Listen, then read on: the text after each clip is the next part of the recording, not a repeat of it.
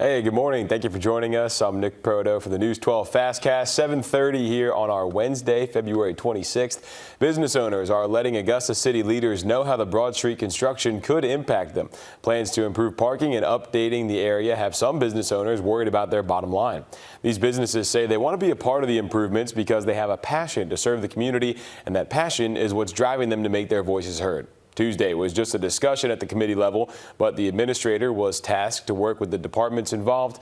They need to come back in 30 days with possible solutions to ease business owners' minds. John Usry with Traffic Engineering says part of the funding requirements for the TIA project involved bringing all traffic items up to current standards. We want what's best, just like I know the commission wants what's best.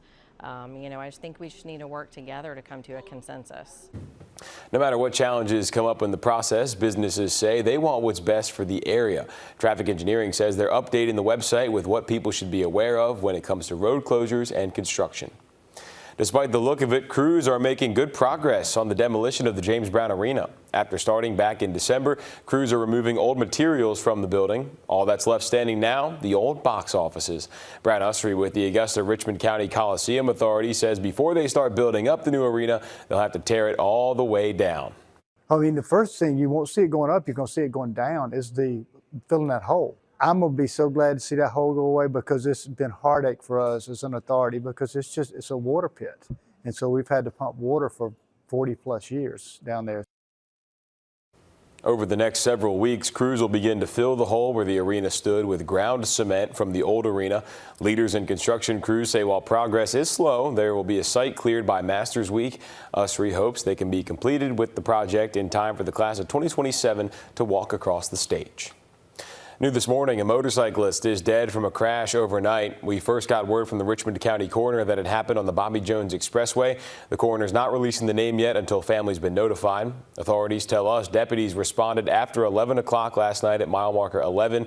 The preliminary investigation made them believe the rider lost control and crashed. The investigation is still ongoing.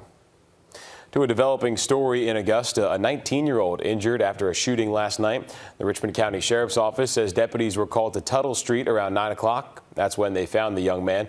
Deputies say he got treatment on the scene before going to the hospital. We're working to learn what led up to that shooting, and of course, we'll keep you updated. The suspect in Monday's SWAT situation in New Ellington is now in custody. Authorities say Christopher Parker was arrested around 3 o'clock yesterday in the parking lot of the police station. Now, this is a mugshot from 2012, still working to get the latest one from this arrest. The police chief says Parker is charged with assault and battery of a high and aggravated nature, discharging a gun into a home, and more.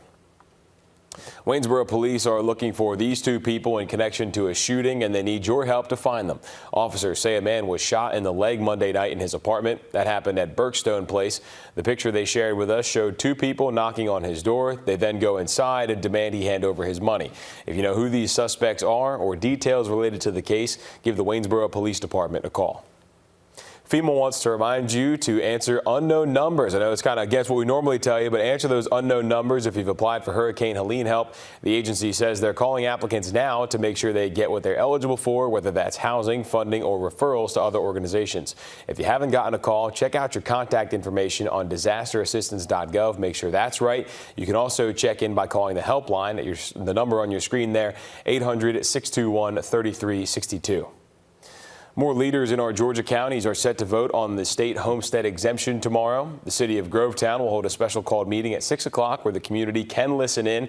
It'll be live streamed on the city's Facebook page. The Columbia County Board of Commissioners also holding a special called meeting tomorrow. That'll be happening at 6 o'clock as well in the Evans Government Center. A lane closure coming to Columbia County this week. Officials say a lane on Horizon West Parkway will be closed for utility installation starting tomorrow.